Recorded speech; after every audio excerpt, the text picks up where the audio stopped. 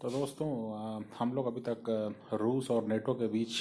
जो गतिविधियां चल रही थी, जो जो मामले को सुलझाने की कोशिश हो रही थी, उसके बारे में बात कर रहे थे। अ, मामला कुछ ऐसा है कि रूस चाहता है कि यूक्रेन और जॉर्जिया को जो है नेटो मेंबरशिप ना मिले और लीगली बाइंडिंग गारंटीज जो हैं वो पश्चिमी देश इस बारे में दें। और ये भी रूस चाहता है कि जो पूर्वी और मध्य यूरोप में जो नेटो की सैन्य गतिविधियां हैं उन पर विराम लगना चाहिए। लेकिन नेटो और रूस के बीच में जो है बैठकें हुई हैं इसके पहले जो है, लेकिन उसके कोई ख़ास नतीजे नहीं निकले। और आज जो रूसी विदेश मंत्री हैं सरगेई लैवरोव, उनकी तरफ से कहा गया कि जो है अमेरिका और नेटो जो है जल्दी ही लिखित में अपनी तरफ से जो है कुछ ठोस ऑफर करे रूस को, जिससे कि वो इस मामले को सुलझाने की दिशा में कोई कदम आगे बढ़ सके। लेकिन अब जो बात निकल के आ रही है वो ये है कि अगर यूक्रेन में हमले की बात होती तो मेरे ख्याल से अमेरिका के लिए उतनी चिंता की बात नहीं होती। लेकिन अब जो है डिप्टी फॉरेन मिनिस्टर सरगेई रयाबकॉफ, उनकी तरफ से भी ये कहा गया है कि उनको एक सवाल पूछा गया कि क्या वेनेजुएला या क्यूबा जैसे देशों में जो है रूसी फ़ौज की तैनाती या रूसी लॉन्ग रेंज मिसाइल्स की तैनाती हो सकती है। और उन्होंने कहा कि ऐसी किसी चीज़ को वो न कंफर्म करते हैं न रूल आउट करते हैं। अब जो है रूसी मीडिया में, पश्चिमी मीडिया में भी ये छपने लगा है कि रूस बहुत गंभीरता से विचार कर रहा है कि फिर से जो है वेनेजुएला या क्यूबा में अपनी सैन्य शक्ति का कुछ हिस्सा जो है वो स्थापित कर सके। ये बात हमें याद रखनी होगी कि क्यूबा के साथ रूस के संबंध हाल में फिर से जो हैं बहुत ज़्यादा मजबूत हुए हैं। और हमें ये भी याद रखना होगा कि वेनेजुएला में भी जो है जब वेनेजुएला में जो है जब इंटरनल क्राइसिस चल रही थी और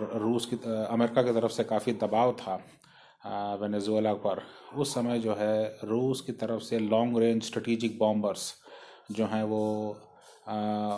वहाँ पे उतारे गए थे वेनेजुएला में, और वहाँ से जो है कुछ समय की तैनाती के बाद उनको वहाँ से हटा लिया गया था। ये एक तरह का संदेश था अमेरिका को और पश्चिमी दुनिया को कि वेनेजुएला की स्थिति पर जो है किसी तरह का इंटरवेंशन, बाहर से किसी तरह का हस्तक्षेप जो है वो बर्दाश्त नहीं किया जाएगा, और रूस जो है वो वेनेजुएला की जो वर्तमान सरकार है उसके साथ खड़ा है।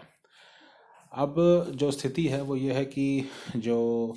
अमेरिका के नेशनल सिक्योरिटी एडवाइज़र हैं जेक सलिवन, उनकी तरफ से ये कहा गया है कि अगर रूस ऐसी कोई कोशिश करता है, यानी क्यूबा या वेनेजुएला में अगर सैन्य क्षमता को जो है अगर वो स्थापित करने की कोशिश करता है जिससे कि अमेरिका को खतरा पैदा हो, तो अमेरिका इसके जवाब में जो है निर्णायक कार्रवाई करेगा। लेकिन वो निर्णायक कार्रवाई क्या होगी इसके बारे में उन्होंने विस्तृत रूप से नहीं बताया। जहाँ तक बात है पश्चिमी मीडिया की, पश्चिमी मीडिया में और एक चीज़ को प्रमुखता से छापा जा रहा है, और वो ये कि जो है वो रूस जो है लगभग मन बना चुका है कि वो यूक्रेन में जो है किसी तरह की सैन्य कार्रवाई करना चाहता ही है। कुछ मीडिया रिपोर्ट्स ये भी कह रही हैं कि ईस्टर्न यूक्रेन, जहाँ पर कि पहले से ही अलगाववाद की चिंगारी भड़क रही है, वहाँ पर जो है पहले ही जो है रूस ने अपने कुछ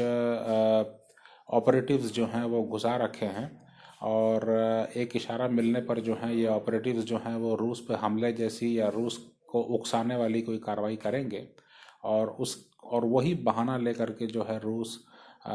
यूक्रेन पे धावा बोल देगा। ऐसे इल्ज़ाम लग रहे हैं, एक तरह से फॉल्स फ्लैग ऑपरेशन की बात कही जा रही है कि रूस जो है वो कोई फॉल्स फ्लैग ऑपरेशन, लेकिन ये किसी व्यक्ति के रूप से या किसी आधिकारिक सूत्र से नहीं आया है। ये मीडिया में छपवाया जा रहा है अज्ञात सूत्रों के माध्यम से। इसका मतलब ये है कि जो है पश्चिमी मीडिया को भी में भी जो है हर तरह की संभावनाओं को जो है टटोल करके जो है प्लांट किया जा रहा है, और ताकि रूस जो है इसको लेकर सावधान हो जाए और ऐसी कोई कोशिश ना करे। ये चीज़ बहुत गंभीर होती जा रही है मुद्दा। और खुद फॉरेन मिनिस्टर लेवल पे, नेशनल सिक्योरिटी एडवाइज़र के लेवल पर जो है इस मुद्दे पर अब लोग बात करने लगे हैं, मीडिया से भी और आपस में भी। और किसी तरह का कोई हल निकलता हुआ नहीं दिख रहा है। और विशेष रूप से अब जबकि अफ़गानिस्तान में जिस तरह से नेटो और अमेरिका को जो है भागना पड़ा है, उसके बाद में जो है अब इस स्थिति से पीछे हटता हुआ दिखना जो है किसी भी रूप में जो है अमेरिका को या नेटो के लिए जो है वो बहुत बड़ा क्राइसिस लेके आएगा और उनके पूरे सैन्य प्रतिष्ठान जो है उसको नुकसान पहुंचा सकता है।